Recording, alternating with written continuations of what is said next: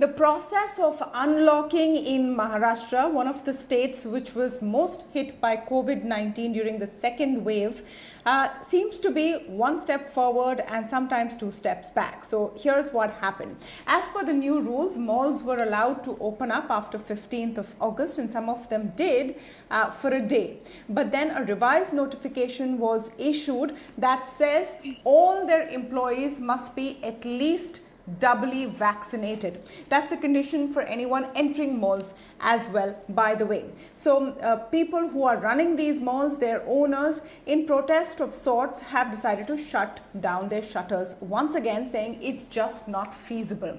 What exactly is going on, and is the double vax condition one that is sustainable? Is it required? And is it really unsafe to have places that are in the public domain manned by those who have not been doubly vaccinated? To speak on all of these aspects, I'm joined today by Mukesh Kumar, Chairman of the SCAI and CEO of Infiniti Malls. Rajneesh Mahajan, CEO of Inorbit Malls, is with us on the show, as is Dr. Rahul Pandit of Fortis Hospital, and who's also a member of the Maharashtra Covid Task Force. Welcome to all of you, and thank you so much for speaking with us. Mr. Mukesh Kumar, let me begin by asking why this decision to shut down malls. Is it completely impossible to man the malls with people who've had two vaccines? Let me just clarify two things first. Number one is that when the notification came on Friday, 13th of August, it did talk about double vaccination for all the employees and the visitors both. But on the 14th evening, there was a clarification from the BMC commissioner that they're going to relax this rule, make it single dose for the employees. Anybody who's got single dose can work in the mall. Visitors remains the same. With this assurance, we started the mall on 15. 15, 16, we ran anticipating there will be an order revising that notification. And also, we also made a request to the BMC commissioner, can we also allow customers coming with a single dose? He, of course, did not comment on it, but we thought that will also happen. Unfortunately, on 16th evening, we got a notification. There's a big setback that all the employees and the visitors must be doubly vaccinated. Now, mind you, we have most of the employees working in the mall are the same age group, 18 to 44. Now, when you have 80% employees working 18 to 44 and they're not entitled to get the second dose as per the government norms, if you keep in mind that we started vaccinating this age group from the month of May, but the pace picked up only by month of June. And there was a notification from the central government that you can only take the second dose after 84 days. So technically, none of these employees are due for vaccination, the second dose by end of this month. So technically, we don't have people who could have taken second dose. So it is not that we do not want to give them the second dose, there's no inclination. We are more than happy to give second dose the way we did for the first dose. In fact, we have organized camp, all the malls organized a camp for the employees for the first dose. We are gearing for the second dose also by end of the month. In fact, everybody's already planned all this. But in case the government does not allow and the vaccines are not there, how do you do that? So when you do not have employees, whether it is a retail employee or the shopping center employee, how do you function? You can't possibly operate. You can't possibly operate entire mall with 10% population because they are the people, they may be 44 plus age, or maybe they would have taken a co-vaccine. So technically, we cannot operate. So I won't really say it's a protest. It's just that we can't possibly operate with just 10%, 15% employees being in the mall and operating the mall. So that's the problem what we have.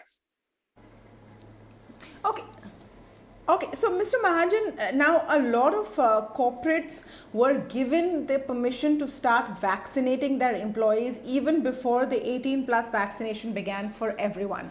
And several companies have actually gone out and done that, which is why quite a few of them have managed to get sizable number of employees with two vaccinations.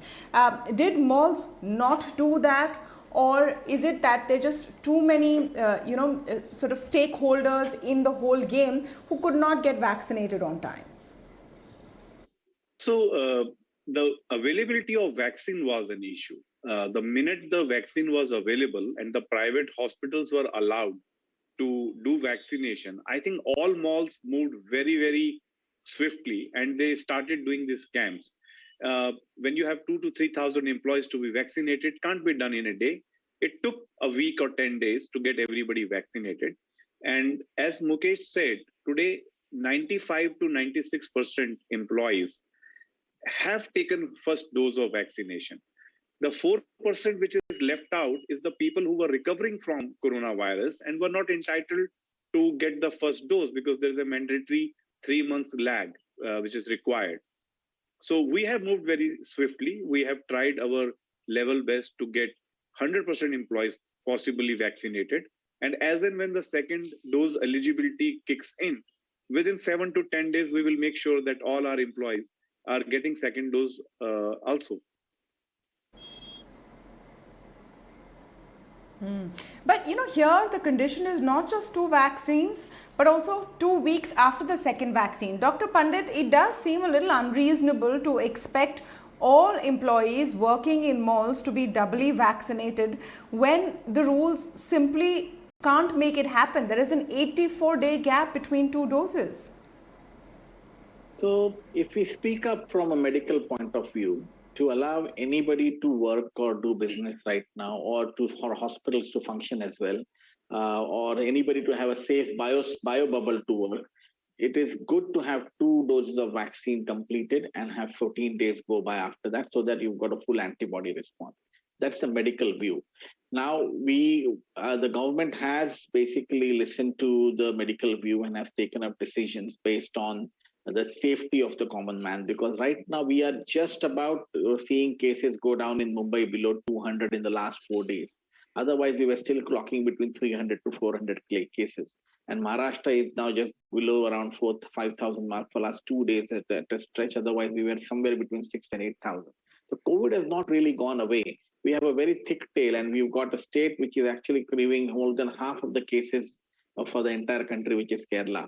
And we really don't want a third wave to come across. And that's why the medical point of view is clear that if you want to make a safer workplace, this is what we need to do. Well, I take your point that it is very difficult given the fact that you have an 84 days gap between the 2 doses. But that's again something based on very, very good scientific evidence that if you give, say, 84 dose gap between the 2 doses, the antibody response is good and long lasting. And based on that, this decision has been taken. While I may appreciate the fact the 2 gentlemen are saying is really difficult, and I don't know how I can sort of give them a very quick solution, even as a doctor, forget about the task force member or anybody else, but that's where we stand. We don't want the public to have a third wave coming across. Now, restaurants have been given some relaxations because they can keep their windows open, doors open. Malls are typically very closed and confined spaces. Similar restrictions have been put up on local trains as well. People who are double vaccinated can go on the local trains. And I really appreciate the mall owners to take up the onus and be responsible and say that, no, we will stick by the rules. I really appreciate that. That's something which is really good music to hear. While it may be very big hardship for all of them, but I really appreciate that they have taken the responsibility and said that it's not possible for us to do it in the right way. So we will wait and see and wait to hear from the directives from the municipal commissioner what can be done or what solutions can be found. Well, Dr. Pandit, taking that same logic to local trains as well. In fact, one could argue that local trains is a more vital service and essential service than malls. People need to use the local trains to, for their livelihood in many cases, especially in a city like Mumbai. Is it fair then to put that 2 vaccine plus 2 week condition when it's simply not available, or you reduce the gap between the 2 vaccines, or you allow a mix and match where someone takes 1 dose of Covishield or 1 dose of Covaxin? It's like you have set rules that cannot be adhered to, and without those rules you can't move forward. It's a complete catch-22. So I think the third question is very easy to answer. Mix and match, there is no data right now to actually promote mix and match for Covishield and Covaxin. And then again, we don't know what interval to do and what would be the first vaccine to take, whether Covishield or Covaxin. And that's a completely different scientific question. But I think there is also a responsibility to actually open up in a safer way so that we don't actually promote the spread of the third wave.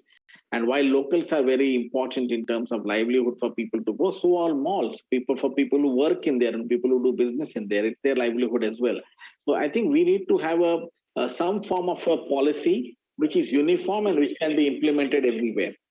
Local trains are very close, confined spaces. We all know that in a normal Sunday, for example, where the crowd is supposed to be less, it is still very, very full in those local train compartments for the people to be having any form of social distancing. So 2 vaccines with a mask seems to be the only safest way to medically say that this would probably be the via media for people to travel. Okay. Mukesh Singh, your response to what Dr. Pandit is saying and, the thinking within the task force and possibly the Maharashtra government as well.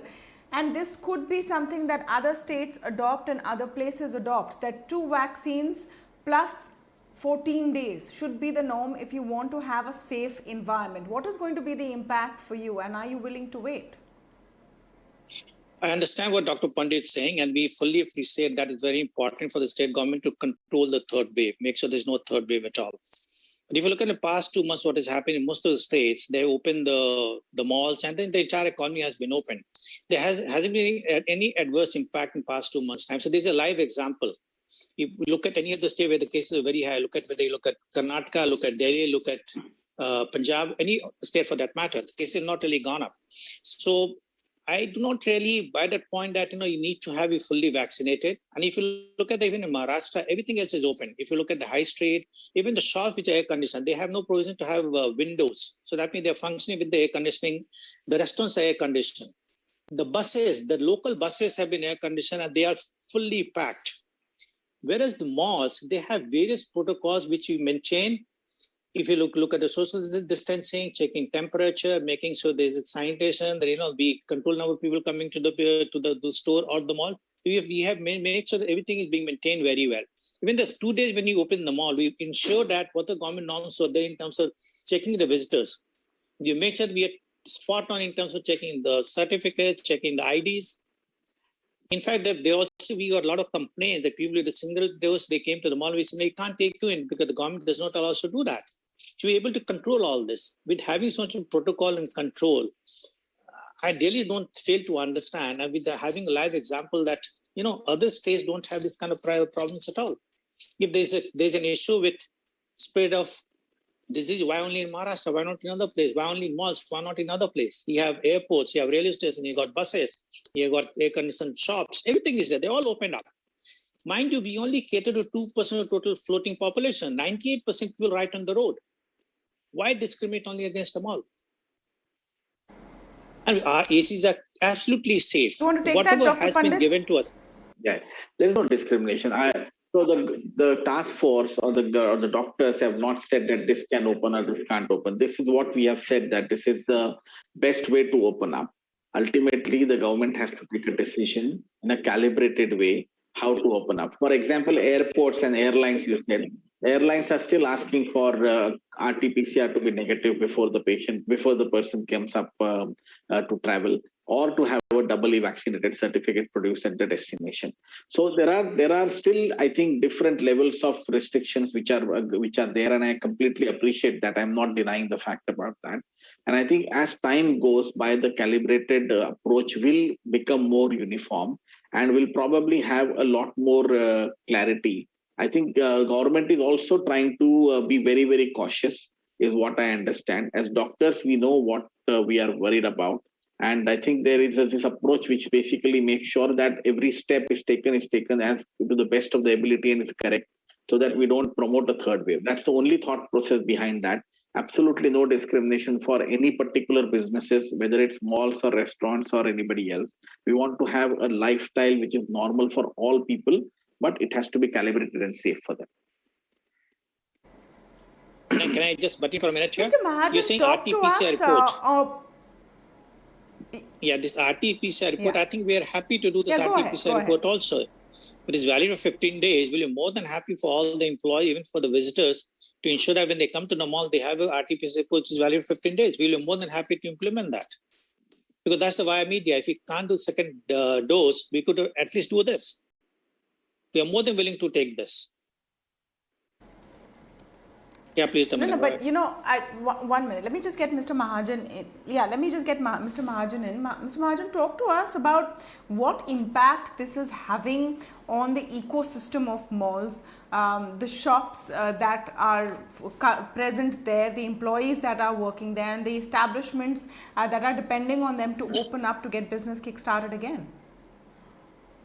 So, Tamanna, nearly 2 lakh people have been employed in malls in Maharashtra, and that's a direct employment. And you can understand the multiplier effect of people who provide logistic solutions to these stores, people who commute our guests to the mall, and multiple people livelihood is been impacted here. In any other state in the country, we have not seen a lockdown this severe. And in both times, last year we were shut for 4 months. This year is the 5th month in running. How do you make business sustain if out of 17 months, 10-month business is completely shut? When we say break the chain, the intent has to be and the effort has to be to facilitate, not to restrict.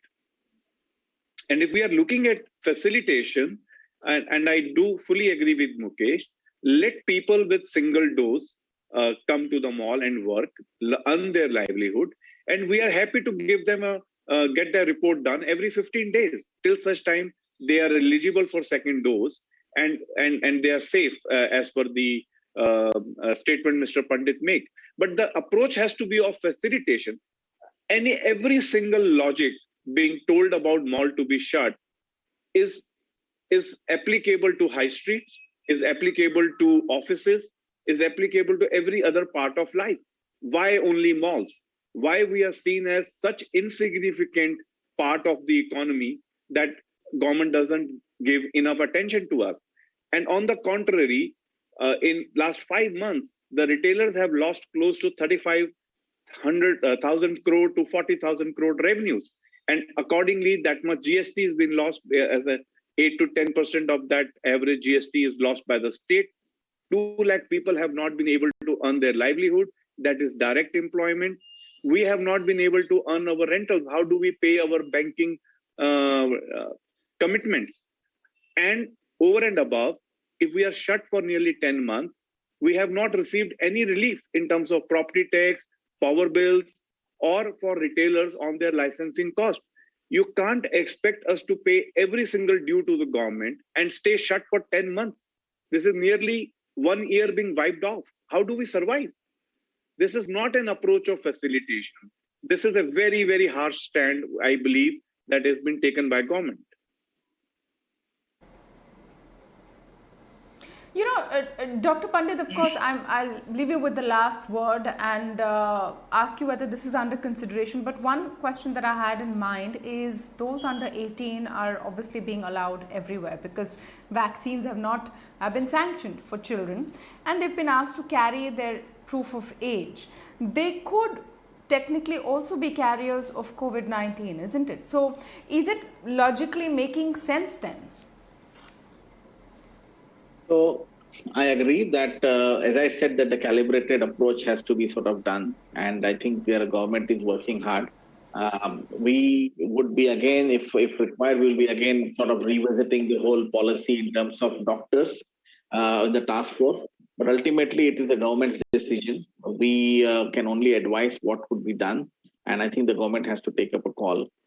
Whether what Mukesh said or what Rajneesh said, whether the RT-PCRs can be allowed or not, there would definitely be a discussion which can be done about that. There is no doubt about that. I think people are here to facilitate. The government's attitude and our attitude in task force is also to try and facilitate things.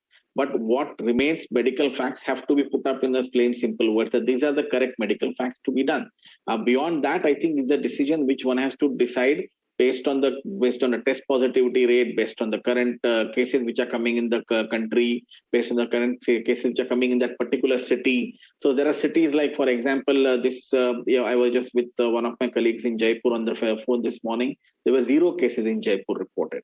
So, that's a completely different ball game as opposed to some 300-400 cases reported in one of the cities in Maharashtra, as opposed to that in Kerala. So I think we cannot have one size fit all. We'll have to probably take up a district by district or state by state fragmented approach to see which would be the best one to suit for the economy as well as for the health. Both have to run parallelly. Well, this is a tricky terrain. Nobody wants, an unresponsive and irresponsible policy measure that allows a third wave to run again. Are malls unfairly being, given more restrictions than others? They feel like that. It's something that the government of the day has to address at this point. But going forward, to demand 2 vaccinations when the vaccines are not available in that number and the gap between them is nearly 3 months seems to be the biggest ask of all. not just for businesses, but from common people. In many places now, double vaccination is being required to enter offices, to even get work. So either reduce that gap or allow an option where people with single vaccination can also go ahead and move freely until the next dose is available. Thank you so much to all of you for joining us on this very important aspect of how we continue to tackle COVID-19.